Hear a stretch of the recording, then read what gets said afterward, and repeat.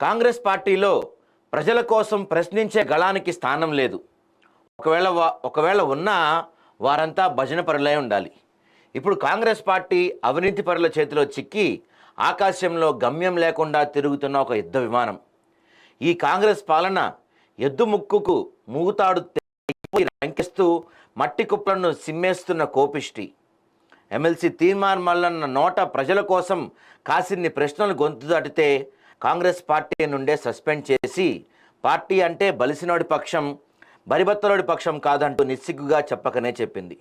ప్రజలారా, ప్రజల కోసం ప్రశ్నించే నోరును సస్పెండ్ చేశారు.